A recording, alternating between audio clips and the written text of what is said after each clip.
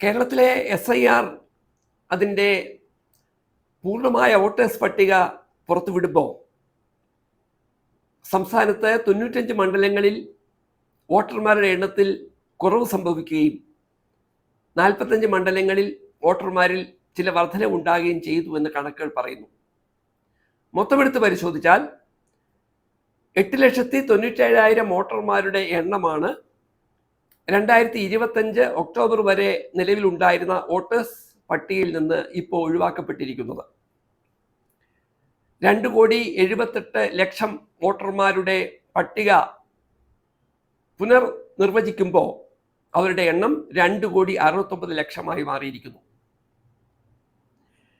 SIRന്റെ പണികൾ പൂർത്തീകരിക്കുമ്പോൾ BJP കേരള രാഷ്ട്രീയത്തിൽ കഴിഞ്ഞ നാളുകളിൽ നടത്തിയ വലിയ തരത്തിലുള്ള വോട്ടർ പട്ടികയുമായി ബന്ധപ്പെട്ടുള്ള ക്രമക്കേടാണ് ഇവിടെ SIRലൂടെ വ്യക്തമാക്കപ്പെട്ടിരിക്കുന്നത്.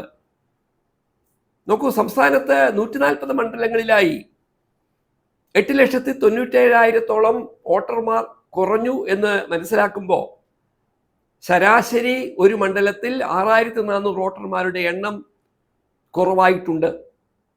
സ്വാഭാവികമായി കേരളത്തിലെ ജനസംഖ്യയുടെ വർധനവിലുണ്ടായ വലിയ കുറവ്, നിരവധി ആളുകൾ സംസ്ഥാനം വിട്ട് മറ്റിടങ്ങളിലേക്ക് ചേക്കേറുന്ന ഇവയൊക്കെ കൊണ്ട് വോട്ടർമാരുടെ എണ്ണത്തിൽ ചെറിയ തരത്തിലുള്ള വ്യത്യാസം സ്വാഭാവികമാണ്. എന്നാൽ നമ്മളെ ഞെട്ടിപ്പിക്കുന്ന ഏറ്റവും വലിയ കാര്യം, സംസ്ഥാനത്ത് കഴിഞ്ഞ പാർലമെന്റ് തെരഞ്ഞെടുപ്പിൽ BJPക്ക് നിർണായകമായ മുന്നേറ്റം ഉണ്ടാക്കാൻ കഴിഞ്ഞ മണ്ഡലങ്ങളിൽ അത്ഭുതകരമായ തരത്തിൽ വോട്ടർമാരുടെ എണ്ണത്തിൽ ഇപ്പൊ പരിശോധിക്കുമ്പോൾ കുറവുണ്ടാകേണ്ടി വന്നിരിക്കുന്നു.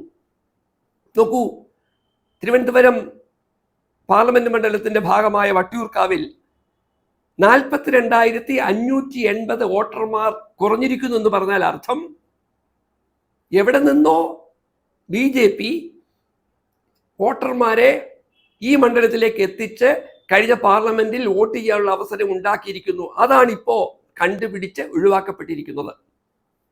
വട്ടിയൂർക്കാവിൽ 42,580 വോട്ടർമാർ കുറയുമ്പോൾ നേമത്ത് 38,067, തിരുവനന്തപുരം മണ്ഡലത്തിൽ 47,647, കഴക്കൂട്ടത്ത് 32,769. ഇങ്ങനെ പോകുന്നു ആ നീണ്ട പട്ടിക.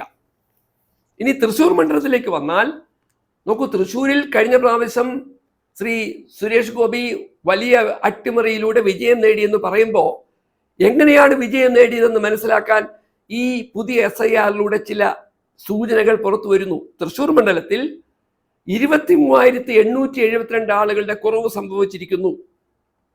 ഒല്ലൂരിൽ അങ്ങനെ കുറഞ്ഞ വോട്ടർമാരുടെ എണ്ണം 25,655. ഇനി തൃപ്പൂണിത്തുറ എടുത്താൽ അവിടെ 27,086 വോട്ടർമാർക്ക് ഇനിയും വോട്ട് ചെയ്യാൻ അവിടെ അവസരമില്ല. പാലക്കാട് നമുക്കറിയാമല്ലോ, BJPയുടെ ഫസ്റ്റ് ക്ലാസ് മണ്ഡലം എന്ന് അവകാശപ്പെടുന്ന പാലക്കാട് 22,147 വോട്ടർമാരാണ് കുറഞ്ഞിരിക്കുന്നത്. ആ കുറവുണ്ടാകാനുള്ള കാരണം BJP ബോധപൂർവമായി മറ്റിടങ്ങളിൽ നിന്ന് പാലക്കാടേക്ക് പലരെയും നിയമത്തെ വെല്ലുവിളിച്ചുകൊണ്ട് ചേർത്തതാണ് എന്ന് വ്യക്തം. മലമ്പുഴയുടെ കാര്യം പ്രത്യേകം പറയുന്നത്, മലമ്പുഴയിൽ UDFനെ പിന്നിലാക്കി 2ാം സ്ഥാനത്ത് കഴിഞ്ഞ നാളുകളിൽ ND എത്തുമ്പോൾ അവിടെ വോട്ടർമാരുടെ എണ്ണത്തിൽ 21,212 എണ്ണം കുറവുണ്ടായിരിക്കുന്നു. ചുരുക്കം പറഞ്ഞാൽ കഴിഞ്ഞ പാർലമെന്റ് തെരഞ്ഞെടുപ്പിൽ BJP ചില മണ്ഡലങ്ങളിൽ നേടിയ മുന്നേറ്റമെന്ന് അവർ അവകാശപ്പെടുന്ന കാര്യങ്ങളുടെ വസ്തുത പരിശോധിച്ചാൽ, ശ്രീ ഗോപാലകൃഷ്ണൻ ഒരു ചർച്ചയിൽ അദ്ദേഹം തുറന്നു പറഞ്ഞതുപോലെ വേണമെങ്കിൽ ഞങ്ങൾ കാശ്മീരിൽ നിന്ന് പോലും ഇവിടെ കേരളത്തിൽ വോട്ടർമാരെ കൊണ്ട് ചേർക്കാൻ ഞങ്ങൾക്ക് അവസരമുണ്ട് എന്ന് പറഞ്ഞ വാക്കുകളെ ഓർമ്മിപ്പിക്കും വിധം തെരഞ്ഞെടുപ്പ് ചട്ടങ്ങളെ നിയമപരമായും ധാർമ്മികമായും ചോദ്യം ചെയ്തിരിക്കുന്നു എന്ന് SIRന്റെ പുതിയ പട്ടികയിൽ നിന്ന് വളരെ വ്യക്തമാണ്. സംസ്ഥാനത്തെ ജനങ്ങളുടെ ജനാധിപത്യ ബോധത്തെ